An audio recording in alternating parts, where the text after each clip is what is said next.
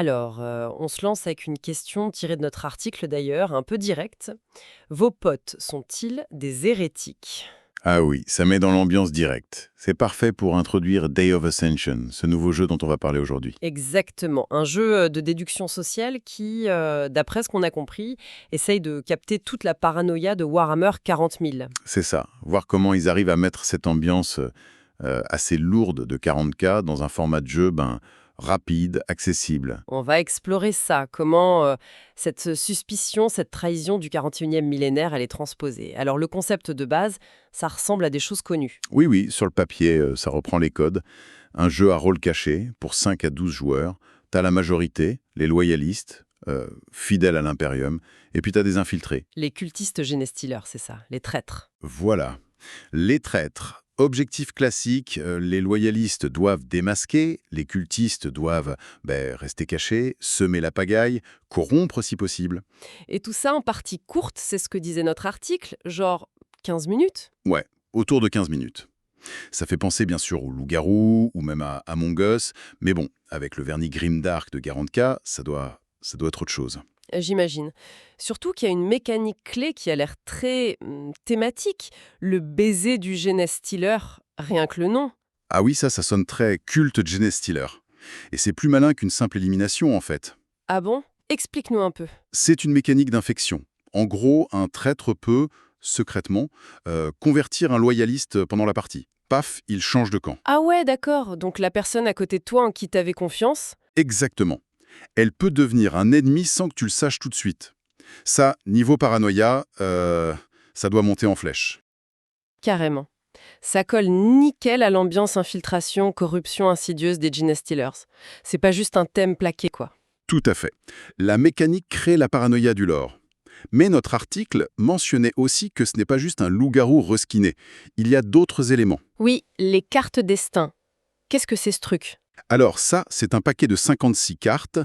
L'idée, c'est d'introduire des événements un peu aléatoires. Ça peut révéler des indices, forcer une action, mettre le bazar. Ok, pour éviter que les parties se ressemblent trop et que les stratégies deviennent trop évidentes. C'est ça. Ça oblige à s'adapter. Et puis, il y a aussi des rôles spéciaux. Ça, c'est classique, mais ça ajoute de la rejouabilité. D'accord, notre article en citait quelques-uns, je crois. Oui, deux, pour l'instant. Le magos biologiste. Lui, c'est un peu l'enquêteur, la voyante, si tu veux. Il peut vérifier secrètement l'identité d'un joueur. Pratique, mais il y a un risque, tu disais. Ben oui. Imagine un traître qui prétend être le magos biologiste. Il peut donner de fausses infos et semer encore plus le doute. Malin. Ah oui, pas bête. Et l'autre rôle? L'astropathe, le psychiatre, le télépathe. Lui, il peut interagir avec le paquet destin. Genre, regarder les prochaines cartes, peut-être même les réorganiser un peu. Un contrôle partiel sur le chaos. Intéressant, donc il y a quand même une petite couche tactique avec ses rôles et ses cartes malgré le format rapide. Et un point qui semblait important dans notre article, c'est l'accessibilité. Ah oui, clairement. C'est pas juste pour les vétérans de Warhammer 40K qui connaissent le lore par cœur. Non, non. Les règles sont simples, apparemment. Le matériel a l'air sympa aussi, style 40K mais en cartes illustrées, mise en place rapide. Et le prix? Notre article mentionnait un prix assez bas, autour de 20 euros. C'est vraiment pour attirer un public plus large. C'est une bonne stratégie de Games Workshop ça. Ouvrir l'univers avec des jeux plus fun, plus immédiats que le wargame. Exactement. Une porte d'entrée. Et l'ambiance autour de la table, on imagine bien. La tension, le bluff, les accusations qui fusent, hérétiques, traîtres. Oui. Et sûrement des éclats de rire quand quelqu'un se fait démasquer ou qu'un plan foire. C'est ça l'objectif.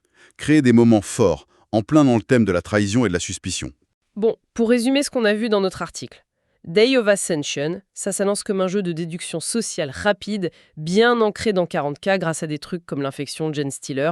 Avec une couche de stratégie via les cartes destin et les rôles spéciaux. Et surtout, très accessible pour tout le monde. Voilà. Et pour les intéressés, la sortie en anglais, c'est prévu pour quand? D'après les infos, ce serait fin 2025, peut-être début 2026. Faut voir ensuite pour la VF. D'accord.